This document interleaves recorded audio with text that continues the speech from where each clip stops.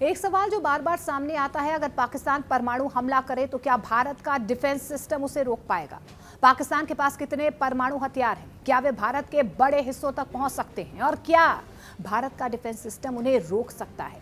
कितने परमाणु हथियार हैं पाकिस्तान के पास? क्या वो भारत के बड़े शहरों तक पहुंच सकते हैं? और अगर हाँ, तो क्या भारत के पास ऐसा सिस्टम है जो उन्हें आसमान में ही गिरा दे?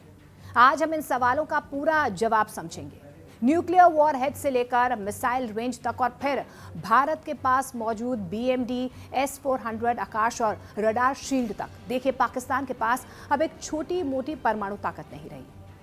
सिपरी और फेडरेशन ऑफ अमेरिकन साइंटिस्ट जैसी संस्थाओं के अनुसार पाकिस्तान के पास लगभग 160 से 170 परमाणु हथियार हैं, यानी कि भारत से कम, लेकिन इतने जरूर कि डर पैदा कर सकते हैं। और बात सिर्फ संख्या की यहाँ पर नहीं रही है। पाकिस्तान लगातार नई मिसाइलें बना रहा है, नए डिलीवरी सिस्टम तैयार भी कर रहा है ताकि उसका डेटरेंस यानी कि रोकने की क्षमता बनी रहे। लेकिन अब सवाल यह है कि हमला करेगा कैसे? 3 रास्ते हैं। पहला है फाइटर जेट से, जैसे कि F-16 या JF-17 के जरिए बम गिराना, पर ऐसा करना लगभग नामुमकिन है क्योंकि भारत का एयर डिफेंस नेटवर्क, रडार और फाइटर पेट्रोलिंग इतनी मजबूत है कि पाकिस्तान के जेट बॉर्डर पार करते ही ट्रैक हो जाएंगे। वापस लौटना मुश्किल होगा। अब दूसरा यह है कि बैलिस्टिक मिसाइल्स यानी कि शाहीन, गौरी, नसर जैसी मिसाइलें, इनकी रेंज अलग अलग हैं। शाहीन 3 जैसी मिसाइलें भारत के दक्षिणी हिस्सों तक पहुंच सकती हैं और यही असली खतरा माना जा रहा है क्योंकि मिसाइलें तेज होती हैं, टाइम बहुत कम मिलता है और डिफेंस सिस्टम को सेकंड्स में रिएक्ट करना होता है। तीसरा है क्रूज मिसाइल्स, जैसे कि बाबर। ये निचली उड़ान में आती हैं, रडार से बचकर इनसे कहीं ना कहीं डिटेक्ट करना मुश्किल हो जाता है, पर भारत ने इसके लिए भी मल्टी लेयर सुरक्षा बढ़ा दी। अब बात करते हैं भारत की। भारत ने पिछले 2 दशकों में अपने लिए एक मल्टी लेयर डिफेंस शील्ड तैयार किया है, यानी कि कई लेयर पर हमले को रोकने की क्षमता भारत के पास है। पहली लेयर है BMD सिस्टम, यानी कि बैलिस्टिक मिसाइल डिफेंस। इसमें 2 मुख्य सिस्टम्स हैं, PAD यानी कि पृथ्वी एयर डिफेंस और AAD एडवांस्ड एयर डिफेंस। ये ऊंचाई के 2 अलग अलग लेवल पर मिसाइल को निशाना बनाते हैं। PAD ऊपरी वातावरण में, AAD निचले स्तर पर। दोनों को मिलाकर एक यानी कि 2 परतों वाली ढाल बनती है। भारत ने इसके कई सफल टेस्ट भी किए हैं और अब इसे धीरे धीरे ऑपरेशनल तैनाती में लाया जा रहा है। अब दूसरी लेयर है S-400 ट्रायम्फ की, रूस से खरीदा गया हाईटेक सिस्टम। ये 400 किलोमीटर दूर तक टारगेट को मार सकता है, चाहे दुश्मन का फाइटर हो, ड्रोन हो या मिसाइल हो। इसकी कुछ यूनिट्स भारत में पहले से ही तैनात हैं, खासतौर पर उत्तर और पश्चिमी सेक्टर में। तीसरी लेयर है आकाश एयर डिफेंस सिस्टम। ये भारत में बना सिस्टम है, 50 किलोमीटर तक टारगेट को गिरा सकता है। इसे शहरों और स्ट्रैटेजिक लोकेशंस की रक्षा के लिए लगाया गया है। चौथी लेयर है रडार और ट्रैकिंग नेटवर्क। भारत के पास एक विशाल रडार नेटवर्क है, ground based sensors, satellites, command centres, जो देश के चारों दिशाओं में लगातार स्कैन करते रहते हैं। लेकिन अब असली सवाल, क्या ये सब मिलकर पाकिस्तान का हमला पूरी तरह से रोक देंगे? साफ जवाब है 100%।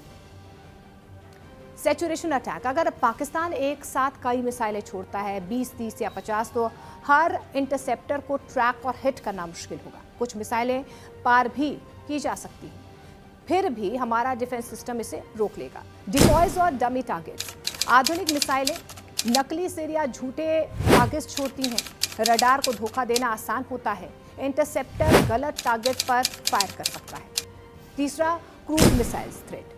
क्रूज मिसाइलें लो हाइट पर उड़ती हैं, रडार को चकमा देकर आगे बढ़ सकती हैं। उनके खिलाफ BMD कम और S-400 आकाश ज़्यादा असरदार होते हैं, यानी कि भारत की डिफेंस ढाल बहुत ज़्यादा मजबूत है और अभेद्य है। मान लीजिए एक काल्पनिक स्थिति बनती है, एक पाकिस्तान 1-2 मिसाइलें टेस्ट या डराने के लिए छोड़ता है। भारत के पास ट्रैक करने और गिराने का पर्याप्त समय होगा, BMD या S-400 इसे हैंडल कर सकते हैं। दूसरा, अगर पाकिस्तान दर्जनों मिसाइलें एक साथ छोड़ दे तो डिफेंस सिस्टम ओवरलोड हो जाएगा, कुछ मिसाइलें बच सकती हैं। इसलिए भारत को नागरिक सुरक्षा और इमरजेंसी रिस्पांस भी तैयार रखना होगा।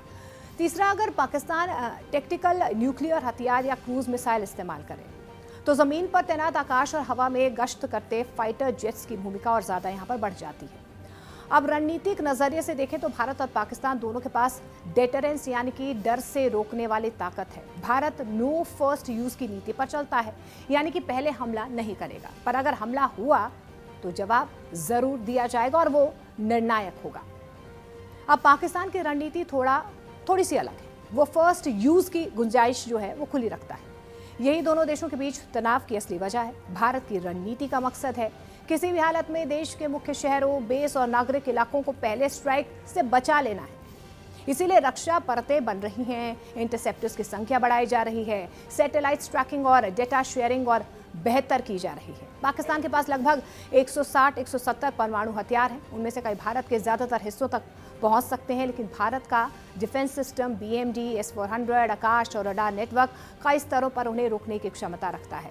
ये ढाल मजबूत है, अभेद्य है। इसीलिए रणनीति सिर्फ टेक्नोलॉजी पर नहीं बल्कि पॉलिसी, डिप्लोमेसी और तैनाती पर भी निर्भर करती है। देखिए, असल सुरक्षा मिसाइलों से नहीं समझदारी से बनती है। भारत ने यही सीखा है।